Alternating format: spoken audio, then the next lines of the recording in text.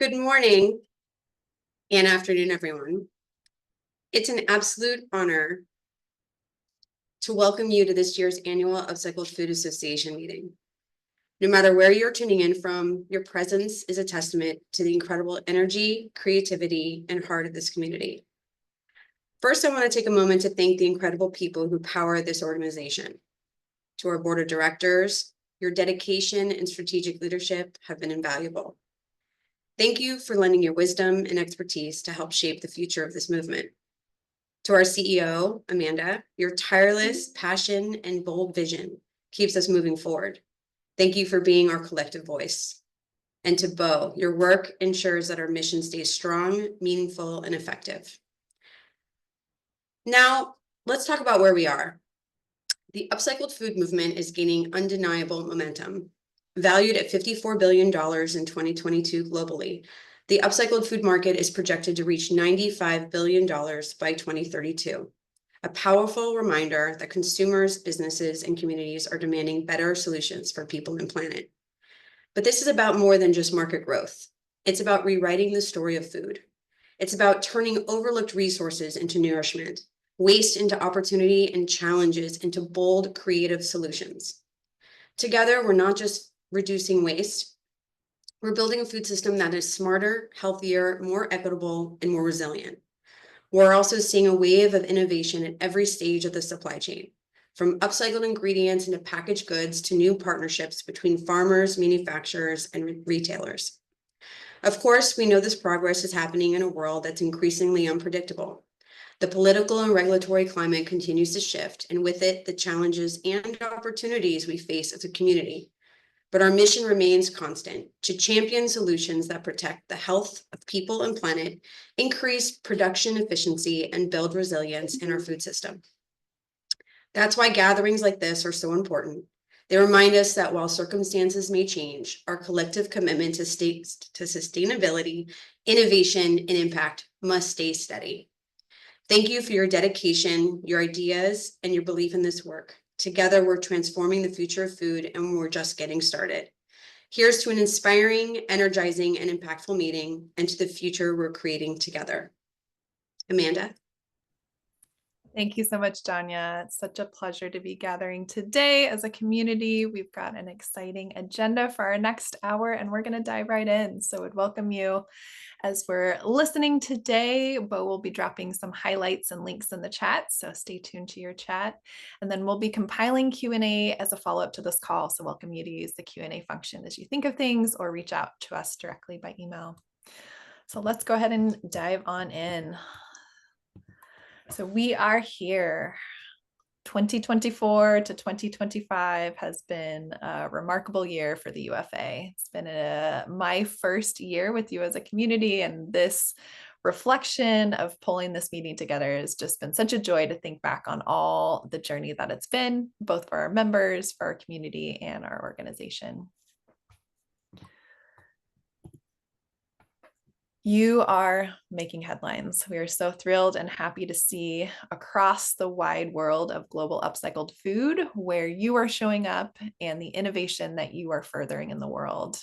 It's part of the joy of this role is being the representative for your voice and your story. So here are just some of the many media moments that we have helped represent you in and that you have helped represent upcycling in the world. Reminder, we share these through your member newsletter. So stay tuned to your inbox. Bo just dropped the link in the chat of our most recent newsletter. And you can also click in via that link to read all of our past editions. So stay tuned to your member newsletter for these kind of headlines and highlights, as well as all of our updates and opportunities that come regularly. We want to extend a special welcome to our new members. This has been such a great year of seeing so much interest from across individuals and students and the companies, large to small, across the globe that are working to further innovation and upcycling in so many different ways. So special welcome to these folks.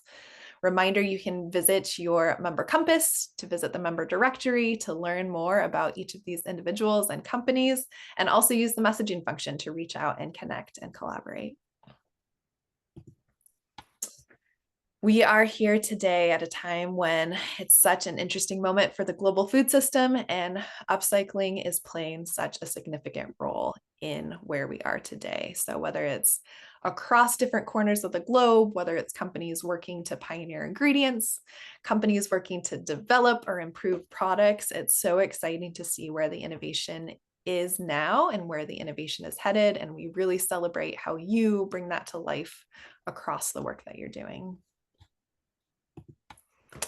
One specific member collaboration highlight we want to celebrate today, and that it is April 2025. Happy Earth Month to you all. We know that yesterday was Earth Day, but for our members, Earth Day is every day. And this is such a great collaboration example put together by UFA member Salt and Straw, celebrating this wide variety of members coming together to do a really delicious and fascinating upcycled ice cream series. So look for it at a Salt and Straw near you, also available to explore in the link in the chat. Reflecting back on the year until now, it was a whirlwind to get to dive into this community at Expo West 2024 and hit the ground running. It was such a joy to meet so many of you across the events that we had lined up throughout the midpoint of the year, and just really get to know you, your stories, taste your products, get to see where the buzz and the excitement and the energy is in upcycling, and have just such a warm welcome. So thank you for that, for what that means to me personally. A special thanks to our sponsors that help produce some amazing convenings and events, whether it was virtual or in person. And we're so excited to continue this energy and momentum in 2025. So the year behind us had some notable moments. We crossed the threshold of turning 5 in October 2024. We had a special weekly event series that celebrated a range of upcycled topics. Those webinars are still available as a resource to enjoy and listen to and share. We also took a deep dive and looked at how can we make our membership due structure more simplified and more accessible to a wider range of companies and individuals. So celebrating that as an organizational milestone. Also want to say a special thanks to Grace, who was our summer fellow, really focusing on Upcycled Food Month last year, with thanks to support from ReFed and EDF. Of the webinars we hosted, whether it was in Upcycled Food Month, our weekly webinar series, had those available, and those are always resources available to you as recordings in your member compass. And a specific moment we want to celebrate in that this Earth Month, we're so delighted to see the No Time to Waste Act reintroduced in Congress. So it's a bipartisan effort specifically looking at reducing food waste, and specifically uses our definition of upcycling in that actual text. So stay tuned for action alerts to come of how we can help encourage this legislation in the weeks and months ahead. As we reflect on all the things that the year contained, it was a moment to be stepping into the first ever Upcycled Food Month last June, and we're so excited for what is ahead in the coming months.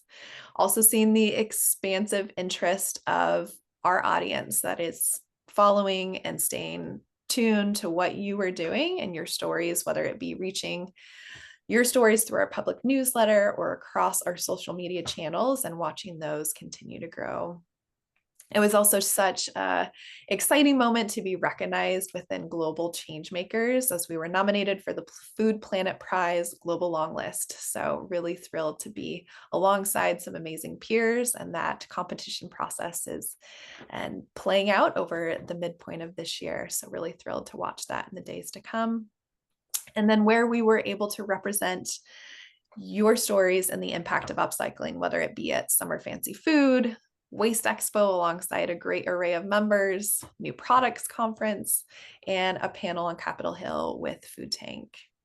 The interest for upcycling is so steady in a global perspective. We were able to be a part of Food Matters in the UK, the first ever national seminar on upcycling in India, and so much media and press interest is coming internationally from around the world regularly. A specific moment we want to celebrate with big thanks to Culver Brand Design. You've seen it, you've experienced it, we have a new look and a new logo. So really marking this moment as the next 5 years for UFA. Welcome you to refresh the use of the logo, reach out to us with any questions, and big thanks to Katie and the team at Culver. They did some phenomenal work for us. We can't talk about upcycling without celebrating also the phenomenal growth of Upcycled Certified, which this 2024 marked the full first year of Where Food Comes From at the helm of that certification. So these are their most recent numbers as of the close of last year. So celebrating over 100 participating companies that have certified over 800 products or ingredients, and reaching those milestones of impact is so exciting, as well as looking to where the industry is taking this into different sectors. So much growth in the pet segment especially, and really excited to be turning the microphone over to give us a deeper dive into not just where consumers are today, where upcycling is, and where Upcycled Certified is. So I am so pleased to be introducing our keynote speaker for today, Sherry Frey, and she is going to be sharing her perspective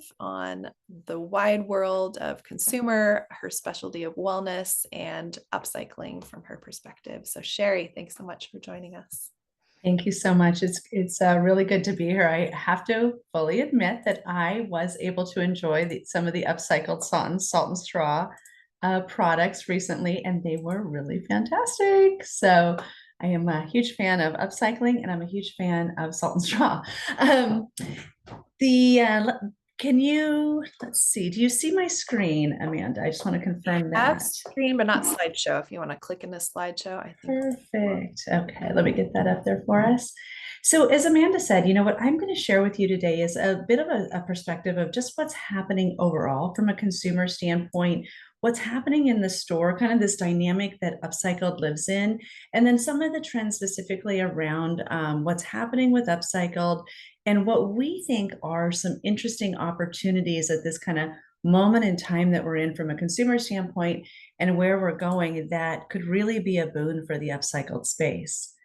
I really think it's important, though, to set the stage that when it comes to the consumer packaged goods space, and most of NielsenIQ, we're measuring what sales go through retail channels and who the consumers are, and how that oftentimes what consumers say versus what they do maybe match or doesn't match. And I would say that just right now, there's so many shocks that are occurring to the consumer packaged goods space, financial and political and cultural. And as we kind of think about this dynamic of manufacturers and retailers and consumers, we know and we anticipate some shifts. And in fact, I'm going to talk about a couple of them that are just kind of happening right now that will, continue to impact the industry. I also just wanted to give you a bit of a perspective. You probably have heard, especially for so many of you that might be specifically in the food space, you probably have heard so much in terms of, the last few years, we've just really seen a challenge from a consumer standpoint around dollars, right? The inflationary impact, but units have really struggled. And so when we kind of look at what's happening across the store, you can see that the center store departments, primarily grocery and frozen, tend to still have some struggles, especially in terms of units, while we're seeing growth in the perimeter of the store. And, this is a positive in the respect that we know this means consumers are coming back to the store. It also drives the fact that they're coming back to the store more frequently. And then there's a little bit of a challenge from what we're seeing from a non-food standpoint. So again, just thinking about your category and your brand, understanding where your trends are lying within this broader perspective, we think is pretty important. Now, one, again, thing that I think is just a real challenge as we kind of think about the consumer dynamic is we do know that there are right now in particular many challenges that consumers feel that they're facing. There is a fear of tariffs. There's concerns from consumers, that are on SNAP and WIC around the changes that may come to SNAP. And just in general, one big thing that we are seeing, and this is US data, but we're actually seeing it globally as well, is there's this kind of increased bifurcation of the consumer. And what I mean is we've got more and more consumers that are, saying that I'm struggling, right? Like I'm being challenged. It's hard for me to put food on the table. And also at the same time, we've got a group of consumers who are, doing better than ever. And we look at NIQ, we look at this from income levels, but we also look at this, and what you're seeing on this slide is consumer perceptions. How do I feel about my finances? And this we find is really, really important because, oftentimes we know that there are high income households that are living paycheck to paycheck. We also know that that group in the middle, that yellow group, we watch them really closely because they tend to behave like strugglers if they feel any sense of stress or being stretched. And again, so we're just the reality of the situation in particular here in the US is, we've got a bifurcated consumer. And in fact, when we look at some of the trends on food and beverage or even on, personal care, what's happening is we're seeing such growth of sales of dollars and units of those higher income households, while we're still, and it's masking much of the declines that we're seeing in many of the lower income households. Upcycled is really kind of at a sweet spot of consumer trends that we look at. And in fact, at NIQ, we call it total wellness. And we really have identified that consumers are thinking about better for in like a kind of an aggregated way. They're thinking about, is this better for me and better for my health, my family's health? Is it better for the planet? Is it better for society? Those second two, we really saw an increase in consumers kind of prioritizing that during the pandemic. And we've continued to see it have importance, but I'll show you a little bit about what's happening here in the next couple slides about the when consumers get squeezed, they deprioritize some of those things around that aggregated view of better for. And this is a perfect example here, what you're seeing on this slide. What we were looking at, this is just, oh, sorry, it looks like it got a little goofy here. That blue line is total food and beverage, and the kind of magenta line is better for food and beverage. So what does this mean? This is dollar sale growth. When times got tougher, especially 22 and 23 is when we saw some of the highest inflationary times, we saw consumers pull back on better for.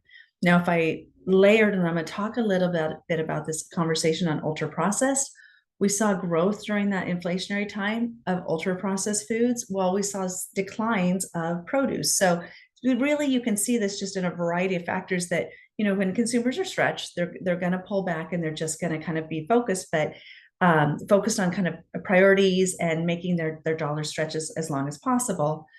When you look at that far right side of this graph, though, you can see that better for is really rebounding and growing much faster than what we're seeing overall. And part of that, quite frankly, is because we're seeing such a focus on this across all of it. I'm talking a lot, obviously, here today about food and beverage, but I'll have a few spots where I'm going to talk broader. You can see on the left-hand side, this is the share of food and beverage sales, and majority of share sales are really the large manufacturers. Private label continues to be, really growing area. And when we look at that lens of better for, and again, better for society, better for the planet, better for myself, you can see an interesting trend. And that is, of course, many, smaller brands are, the emerging brands and the small brands lean into better for, but really great share of private brands there at 9%. And what this indicates, and I think it's an area of potential challenge for brands and opportunity for those of you that are supporting retailer private label, is this focus that they have on ingredients, on clean label, great interesting opportunities for spaces like Upcycled overall in that space. I also just wanted to give you a little bit of a lens of kind of what's happening across the store overall. And this is a look. What we did is we took a look at all of the manufacturers, and we segmented them into deciles. And that orange bubble is the private label. And you can see that, we're seeing growth, as I mentioned, in private brands. And we're also seeing strong growth in that, light purplish one, which is, the bottom kind of tail of the, 3,000 manufacturers, as well as, kind of that outlier up there of number 10. Well, we are seeing some of the larger brands see some challenges. And the importance of this is to really understand, like, where are those areas and opportunities for larger and even medium-sized brands to innovate in attributes that are important to consumers. And so I'm going to talk about what those attributes are. And I believe that Upcycled is one of those that can be a growth area and opportunity. Now we look at the trends around what's happening with the environment over time. And again, this is a little bit of a reverse of what I had shown you. This is looking at unit sales. So in general, and that line that you're watching is total store. So what you're basically seeing is 2020, 2021, 2020 in particular, we really saw claims around sustainability, the environment, animal welfare outpace the growth, the unit growth of what we were seeing in the store. 2020, it started to kind of match what we were seeing in the store. But again, as I mentioned, 22 and 23, when we had those highest price increases, the inflationary impacts, other than social responsibility and animal welfare, we did see the consumer pull back. Now we are in an interesting phase right now, and we're really watching this, and that is that we're seeing this growth again, animal welfare above the line. One kind of question in the industry is, when we have done our research on asking consumers around, your role in sustainability, very often they will say, I want the government, to play a role, right? I want regulations, etc. The question in the industry right now is, as different regulations are rolled back, what role will we see consumers playing in terms of using their dollars to show their values? And we've got some hypotheses that I'll share with you on some areas that we're seeing around food additives that indicate that we do believe consumers are going to be more proactive with where and how they spend their dollars, just because of some of the shifts that we're seeing. Now, we track consumers in terms of their attitudes and behaviors around things around sustainability and wellness. And I think this is a really fascinating kind of visual. And this is just the US here. We've done this globally as well. And I think kind of looking at the fact that, we all know that there are people on one end of the spectrum, those green folks that are evangelists when it comes to things around sustainability. They're the ones that are paying attention to the details and the policy and recycling, et cetera. They really walk the walk. What we've been finding most interesting is that second group, that green group there, the Healthy Me and Healthy Planet. These folks, we think, have quite a bit of influence. They're not as completely, in terms of their say and their do, they're not completely to the level of the evangelists, but they tend to be brand ambassadors. They tend to be those folks who, are really kind of really have that ability to influence. And again, these are a great group. We talk to many of our clients about, like, if you are on this journey, and you are, investing in sustainable attributes and attributes that are, good for the environment and good for nutrition, like this is really a great group to look at and lean into. There's folks in the middle, by the way, the yellow group, minimalists. These people say they don't care. They tend to, actually, though, we do find that they care about things around pollution in particular. They tend to be a little bit older. While your group in orange, those idealists tend to be much younger, and they have a much more say, versus do, meaning that they lean into they lean into things around the farmer, sourcing in particular. That, again, group, very important, we believe, for the upcycled industry in terms of kind of leaning into them, because again, they're a very vocal group. The last group over on the left, the skeptics, they tend to again say they don't really care about sustainability and they don't really do things. But we again do find that they do actually spend money on things around sustainability. They tend to care more about things specifically around labor. And so I just kind of give you this perspective because also when you look at trends, really understanding what consumers are driving that and where are the greatest opportunities from a consumer standpoint. Now, one thing that we have found is there's three attributes. We kind of looked at a variety of attributes for these groups. They all care about waste. And in fact, that is the number one thing when we ask consumers in a survey, in a Green Divide survey last year, we asked them, like, what are you doing? What are you personally doing to live sustainably? reducing waste, eating more leftovers, like that is the top of the list from a consumer standpoint, of the top, for at the top of the list for them of what they're saying they're doing. And they're paying more attention to it than ever before. And so again, upcycling really fits this kind of moment in time that we are in. And in fact, you can see it in terms of some of the messaging and marketing, whether it is, waste around frozen vegetables, whether it is, the Hellman's campaigns around food waste, documentaries. We continue to see this kind of activism and maybe even a little bit of a real trend toward underconsumption that is happening from a consumer standpoint. And that has, illustrated new opportunities for ingredients like many of the upcycled, for forms of products like this macadamia milk. And obviously, we will see this increased conversation as we are looking at the changes around the sell by and best by dates. So we anticipate waste is going to continue to be a big topic for consumers. We personally, I just want to humble brag on this because I'm very proud of the fact that we do this. We've been working with Refed for the last, actually since prior to me even being at NIQ, where we actually source all of the data in their insights engine to help the industry understand what is the waste, what are the categories, and where are the biggest opportunities. And so again, as you see tools like this for the industry, or you see this innovation around apps like Too Good or Flash Food, we're just kind of indicating what a consumer's going to prioritize. But you want to know about Upcycled. So I'll give you a perspective of what we're seeing. We track, thousands of attributes. This is ones that I thought you would find most interesting. And just to orient you across at this chart of what you're seeing, across the bottom is the number of categories in the store that claim is showing up. The vertical axis is the 4-year CAGR, the 4-year growth.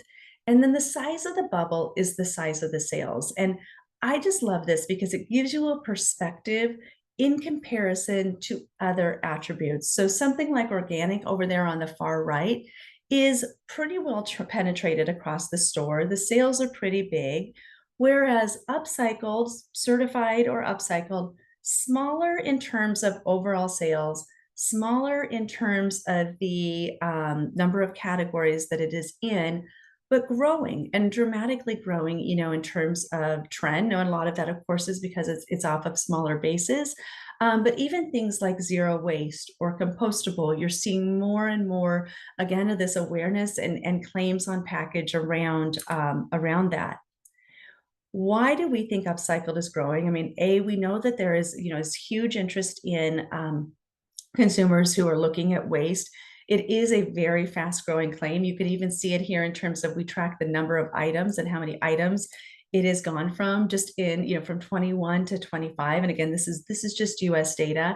And although there's a little bit of shifting right now in terms of the dollar growth and the unit growth, we do anticipate, again, there's a little bit of just the latest 52 weeks, some of those overall trends. And these are some of the top categories. The second reason, besides consumers being, aware and interested in waste overall, just the pure fact over on the right-hand side of the screen, this is the categories that Upcycled is showing up in. And so and I loved Amanda showed that when they see it in their pet food, when they see it in their beauty products, it really helps to kind of illustrate this interest and understanding. Now, I mentioned I would tell you a little bit about why we think Upcycled is at a very unique point in time. And that is, yesterday we saw the announcement with the food additives, and we know that consumers are paying more attention to food and the ingredients than they ever have before. And so we had been watching some of these additives like red dye and potassium bromide, high fructose corn syrup, depending on what state, there were different bans. Seed oils is another area that we're starting to see emerging in terms of the consumer conversation around paying attention to labels, having concerns. But yesterday's announcement was really, interesting to see how the regulatory environment is also changing very quickly. And, we were looking at this recently and trying to understand, like, are people paying attention? And so we were looking at it on that bottom left, I would just draw your attention to that red line. So we were looking at, what's been trending, and red dye 3 had kind of been trending, a little bit down over the last while. But when the announcement came out in January of the food dye ban, we were actually surprised to see consumers were paying attention. They're flipping over labels, and there was a decline in red dye 3. We also actually saw red dye 40, which wasn't impacted during that ban in January, was also declining. And so, really, this illustrates that we have a consumer who's paying attention more than ever and reacting. And at the same time, they are so much more savvy than we've ever seen in terms of ingredients and functionality of ingredients. And again, we think this is an interesting boon and opportunity for the upcycled space. This is, again, kind of orienting you here. This is the number of categories across the horizontal axis, the growth in the vertical, and the size of the sales. And I oftentimes will show this chart to people, and I'll say, let me show you this now with an overlay of the hashtags, because really what's happening with this awareness is so much is being driven by consumers getting their information from social media. And really, we see categories and ingredients that kind of just explode out of nowhere. But they understand the functionality, as I mentioned. There's also an emerging conversation right now around processing and ultra processed foods. And this is, of course, an important one for the Upcycled Food Association to be watching and paying attention to. And currently, there's a NOVA classification that has been used for probably the last 10 years. It came out of Brazil. The challenge with the NOVA classification is, especially on those ultra processed foods there in red, is it just kind of categorically assigns categories as ultra processed, which the research shows then about 78% of food and beverage is considered ultra processed. We have a different view on how we look at that at NIQ, where we actually, and this is really where the scientific industry is moving as well, is adding in nutritional kind of analysis and evaluation as well to that conversation, creating more nuance around, processing and nutrient density. And we find about 22% of food and beverages would be considered ultra processed. So there's kind of a difference. And what's happening from a consumer standpoint is they're very interested in eating less ultra processed, but they also struggle to really understand and define what that is. And I think you'll just see that be a big conversation, and one that the Ultra Upcycled Food Association will be very involved in, I'm sure. The last piece that, in terms of like a consumer trend, that I think puts your industry really in a good position is the GLP-1s. So we've seen an increase of people that are on GLP-1s, or the weight loss drugs like Ozempic, Mounjaro, and even the compounds. And we've seen changes in their behavior. And the biggest thing that we've seen is, over time, we've been tracking this for about 2 years, there is an increased, what we would call maybe intentionality in what they're eating. So they're, definitely, looking at less carbs, so looking at things like carb free, but they're also looking at, you can tell here, ingredients, attributes that are specifically tied to how is this produced, ingredients and attributes that are tied to specific needs that they have being on the GLP-1, like energy or brain health. But what it really indicates is there is a growing consumer who's paying, again, more attention. And in fact, we often say we think that the GLP-1s are really, they're not a fad, but they are part of a bigger catalyzing moment that we're at in terms of how health and wellness is being thought of from a consumer standpoint, and how they are paying attention more to what they're putting in their bodies. And as you think about what the future would look like, today there are apps like Yuka, which, is probably one that we track the most, although there are a variety of apps where consumers can scan products and it can say, good, bad, and they can, immediately reach out to the brand and or post about the brand on social media. There is algorithms, right, like Hungry Root, that are kind of feeding up information and are feeding up products to consumers, actually feeding meals.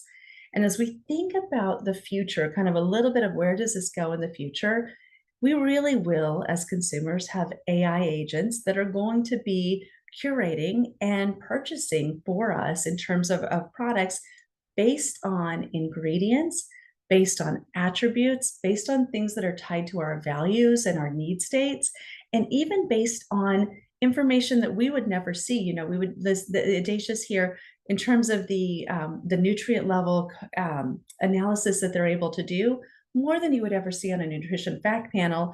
We as consumers will be utilizing that information through AI agents, but we would never, it will just be curated up and fed to us.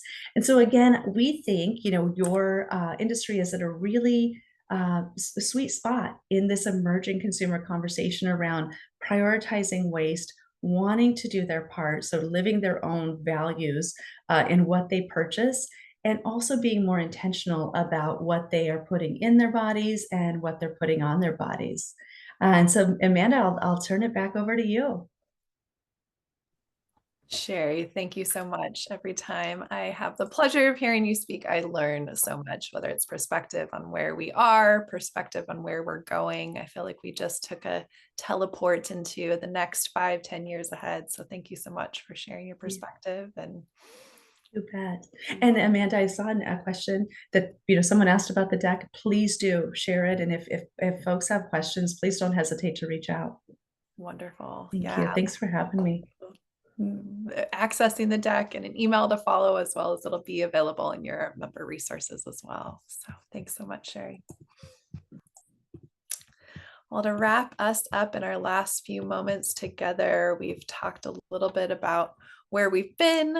Sherry helped us understand a little bit of where we are. Let's talk a little bit about what's ahead. So we are here in 2025. It was such a joy to get to be back with the community at Natural Products Expo West in Anaheim in March. We were able to connect with over 45 members, help you celebrate and tell your story, whether you are in a booth or walking, as well as represent your member products tabling at Climate Day. So thank you to everyone that showed up, that reached out, that participated. That is always such a highlight of the year for me, 10 plus years running, and such a great moment for our community. As we're in this second quarter of the year and look ahead to Q3 as well, we are so excited that Upcycled Food Month is right around the corner in June. So look forward to both specific toolkits and assets for Upcycled Food Month in the coming weeks, as well as a brand new refreshed marketing toolkit to help you really tell and celebrate your upcycling story, packed with some of the insights and perspective folks like Sherry have just shared with us. So you really have that at your fingertips and are able to celebrate this moment of time in upcycling and the new refreshed look and feel for UFA. We'll also be sharing webinar schedule for Upcycled Food Month, and also our upcoming ways to connect at some of these in-person place-based events. So whether it's the Refed Food Waste Solution Summit, which will be in Upcycled Food Month, last part of June in Seattle, or just following close of Upcycled Food Month, gathering the network together at IFT First trade show in Chicago. So look forward to members speaking on panels and an activation moment to connect with the community on the show floor. As we think ahead to the remainder of the year and turning the corner into the year ahead, we really want to hear from you in these uncertain times. What are the best ways of support, of connection that can be here and available to you as a member of UFA, whether you're an individual, whether you're a student or researcher, or whether you're a company working on some segment of all the things we've talked about today. So look forward to having the chance to share your perspective, and we always welcome your ideas and questions. Please do reach out. I am so excited to share, as the first reveal with this community here today, a highlight of what this year is going to bring, and that Upcycled Food Month in June is going to announce the launch of a new initiative that we are so thrilled to be taking what has been our research fellowship cohort-based model, the interest and energy and excitement we get from student and academic communities from around the globe on a regular basis, and give them a home to be connecting regularly in real time. So June 2025 marks the launch of our Upcycled Food Foundation Global Scientific Research Community. So really thrilled to have two of our emeritus board members, Dr. Laura Ramden, as well as Dr. Jonathan Deutsch, co-chairing this new initiative. And mark your calendar, and full announcements to come ahead. June 10th and 11th will be 2 half days of a virtual global symposium of really getting these scientific minds together to be presenting and sharing and discussing the latest in upcycled food research and innovation. So if you are somebody in that community or know somebody who would be interested in participating, Bo's just dropped the link in the chat to apply to present within that forum. So we are excited to be curating that agenda. Look forward to sign up details to come soon, and appreciate your help sharing that widely as we announce in the coming days. We could not do anything we've mentioned today without the faces you see on the screen. So I want to give a big standing ovation to Bo, who is my right hand, the other half of my brain, that daily steady source of support for myself and all of UFA. So Bo, big thanks to all you do each and every day for all of us, as well as our wonderful board of directors. So your executive committee, Danya, you heard from today, as well as our treasurer, Desiree, our VP, Emily, and our communications chair, Laura, work with me regularly, often weekly, if not daily, to make sure all things UFA are humming and thriving. And a broader thank you to our broader board, including some of our new board members that have just joined us at the beginning of this year. Your perspective, coming from across all the different ways you're working across the supply chain, is so valued. And a special shout out, we do have an open seat on our finance committee within our board. So if you or somebody you know within your team has that financial expertise, we would welcome your recommendations. Special thanks to our board that has gotten us on this path to this point of the journey, whether it's our outgoing board members, with a special thank you to Angie Crone, who baton passed to me at this time last year and stayed with us in the course of that transition, to our outgoing board members, as well as our emeritus board members that continue to provide that guiding perspective on all things UFA since our beginnings 5.5 years ago to help us create that future path ahead. So whether you are new to this community, whether you are somebody that have been with us since the beginning, thank you for everything you do in terms of your work in upcycling every day and how you are spreading that vision and that mission. We are so thrilled to be able to support you, amplify your perspective out in the world, and we really mark this moment to celebrate UFA 2025 and look forward to all things ahead. Thanks so much for your time, whether you're joining today live on the line or listening to this recording in the coming days. A special thank you to Danya, to Sherry, to Bo for helping produce this time today. As you have questions, ideas, never hesitate to reach out, membership@upcycledfood.org. And we look forward to seeing you on upcoming conversations. Stay well, all.